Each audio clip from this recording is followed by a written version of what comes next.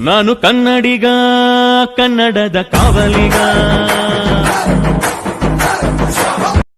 ಕ್ರಿಸ್ತ ಶಕ 7ನೇ ಶತಮಾನದ ದಕ್ಷಿಣ ಭಾರತ ಶಕ್ತಿಶಾಲಿ ಚಕ್ರವರ್ತಿಗಳ ಯುಗ.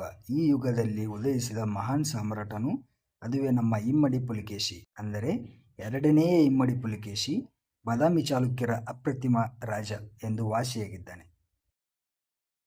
ಇಮ್ಮಡಿ ಪುಲಿಕೇಶಿ ಕೇವಲ ಬಲಶಾಲಿ ಯೋಧನಲ್ಲ, ಬುದ್ಧಿವಂತ ತಂತ್ರಜ್ಞಾನನೂ ಹೌದು. ಉತ್ತರದಲ್ಲಿ ನರ್ಮದಾ ನದಿಯವರೆಗೆ ತನ್ನ ಸಾಮ್ರಾಜ್ಯವನ್ನು ವಿಸ್ತರಿಸಿದ.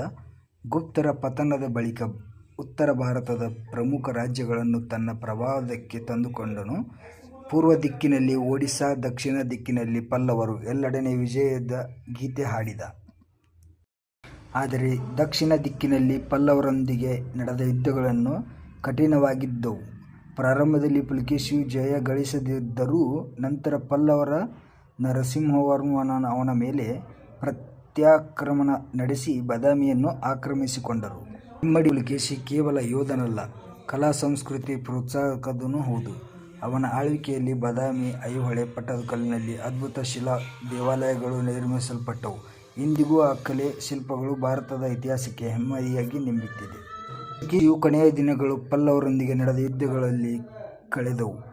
ಬಾದಾಮಿ ಆಕ್ರಮಣಗೊಂಡಾಗ ಅವನು ಬಲಿಯಾದನೆಂಬ ನಂಬಿಕೆಯಿದೆ.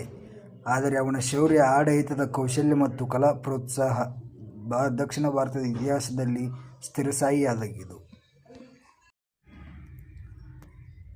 ಕ್ರಿಸ್ತ ಶಕ 610ರಲ್ಲಿ ಪುಲಿಕೇಶಿ ಸಿಂಹಾಸನಾರೂಢನಾದ. ಆರಂಭದಲ್ಲಿ ತನ್ನ ತಮ್ಮನ ವಿರೋಧವನ್ನು ಎದುರಾಗಿಸಬೇಕಾಯಿತು. ಆದರೆ ತನ್ನ ಧೈರ್ಯ, ಬುದ್ಧಿವಂತಿಕೆ ಮತ್ತು ಶೌರ್ಯದಿಂದ ಅವನು ಆಡಳಿತದ ಗುರಿಯನ್ನು ಬಲಪಡಿಸಿದ.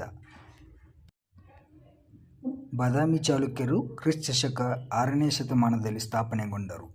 ಪುಲಿಕೇಶಿಯು ತಾತ ರಣರಂಗದಲ್ಲಿ ಸಾಮರ್ಥ್ಯದಿಂದ ಚಕ್ರವರ್ತಿ ಸ್ಥಾನ ಪಡೆದರು. ಆದರೆ ಚಾಲುಕ್ಯರ ನಿಜವಾದ ವೈಭವ ಇಮ್ಮಡಿ ಪುಲಿಕೇಶಿಯ ಕಾಲದಲ್ಲಿ ಕಂಡುಬಂದಿತು.